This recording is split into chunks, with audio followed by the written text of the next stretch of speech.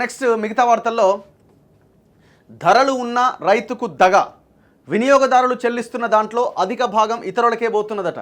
మధ్యవర్తులు ఖర్చుల వాటా ఏకంగా 67%, అన్నదాతకు దక్కుతోంది కేవలం 33%. కూరగాయల ద్రవ్యోల్బణం పైన ఆర్బీఐకి నిపుణుల బృందం నివేదిక. సరఫరా వ్యవస్థలో లోపాలు సరిచేయాలి అని సూచన. సో ఎక్స్పర్ట్స్ అంతా ఆర్బీఐకి ఒక నివేదిక ఇచ్చిరు. అసలు రైతు ఏ పరిస్థితిలో ఉన్నాడు అని అంటే, ధర మాత్రం చాలా గొప్పగా ఉంది. కూరగాయల రేట్లు కానీ ఇంకో రేట్లు కానీ 100 రూపాయల కిలో పోతుంది టమాటా, కానీ రైతుకు వచ్చేది మాత్రం ఏమీ లేదు, ఉతదే గదే 10-12 రూపాయలు. ఒకవేళ ఎంత సీజన్ ఉన్నా కూరగాయలు పావు కిలో మనం ఏడగొన్నా 20 నుంచి 25 రూపాయలకు తక్కువ లేవు. ఏ సూపర్ మార్కెట్కి పో, ఏ రైతు బజార్కి పో, ఏ మార్కెట్కి పో, మినిమం 60 నుంచి 80 రూపాయలు కిలో ఉన్నాయి. ఇప్పుడైతే ఇంకా రేట్లు పెరిగినాయి అనుకోండి. మామూలు డేస్లో కూడా 60 to 80 ఉంటుంది కేజీ ఏ కూరగాయలు పట్టుకున్నా. ఇక ఇప్పుడు ఈ సిచ్యువేషన్లో అయితే 100-120 ఆ పైన పలుకుతున్నది. టమాటా అయితే కిలో 100 రూపాయలు ఉన్నది. ఉల్లిగడ్డ పరిస్థితి అదే ఉన్నది. మిగతా కూరగాయల సిచ్యువేషన్ కూడా అదే. కానీ రైతుకి ఏమన్నా దక్కుతున్నదా దీంట్లో అంటే జీరో. ఈ లాభం అంతా మధ్యలో ఉన్న దళారులు వీళ్ళే కొట్టుకపోతున్నారు.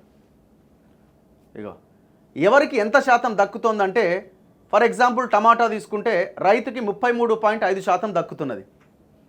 తొలి ట్రేడర్కి అంటే ఫస్ట్ ఆ క్రాప్ దగ్గర నుంచి కొన్న వాళ్ళకి దాదాపు 21.3% దక్కుతున్నది.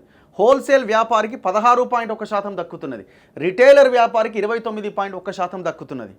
అంటే కొన్న ఆయన అంటే రైతుల దగ్గర నుంచి తీసుకున్న ఆయన, ఆ తర్వాత హోల్సేల్ వ్యాపారి, ఆ తర్వాత రీటైల్గా మనకు అమ్మేవాళ్ళు, వీళ్ళందరూ బాగుపడుతున్నారు ఎంతో కొంత తప్ప, రైతుకు మాత్రం అసలు మొత్తం ఆ టమాటాను తయారు చేసేది ఎవరు? రైతు. విత్తనాలు కొని పంటని సాగు చేసి నానా కష్టాలు పడి 6 కాలం కష్టపడితే రైతుకేమో 33% మిగులుతున్నది. మిగతా వాళ్ళంతా ఎత్తుకపోతున్నారు. ఆల్మోస్ట్ 67% మిగతా వాళ్ళకి వెళ్ళిపోతున్నది. ఉల్లిగడ్డ పండించే రైతుకి 36.2% రైతుకు వస్తే 17.6% ఫస్ట్ ట్రేడర్కి పోతున్నది. హోల్సేల్ వ్యాపారికి 15% పోతున్నది. రీటైలర్కి 31.2% పోతున్నది.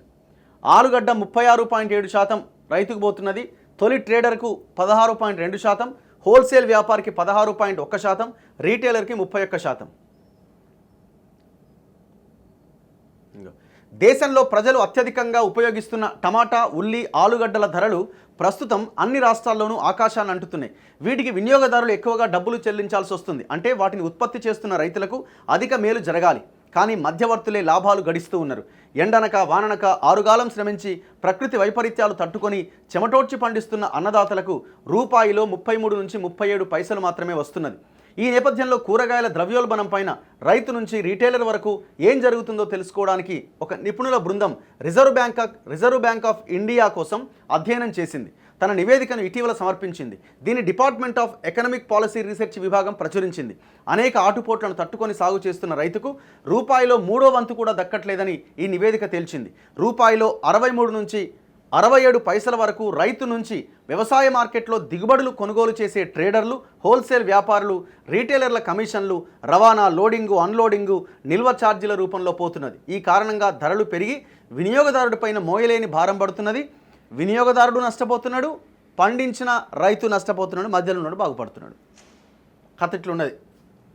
మరి గవర్నమెంట్స్ ఏం చేస్తున్నాయి? మేము ఒక ఆయన రైతు బంధు ఇచ్చినా అంటాడు, ఒక ఆయన ఇంకో కిసాన్ నిధి పైసలు ఇచ్చినా అంటాడు, ఇంకొక ఆయన ఇంకో పథకం పెట్టినా అంటాడు.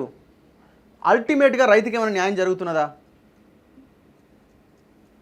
ఈ దళారీ వ్యవస్థని గవర్నమెంట్స్ ఎందుకు నిర్మూలించలేకపోతున్నాయి? రైతు టు డైరెక్ట్ కస్టమర్ అనే ఒక పాలసీని ఎందుకు తీసుకురాలేకపోతున్నాయి?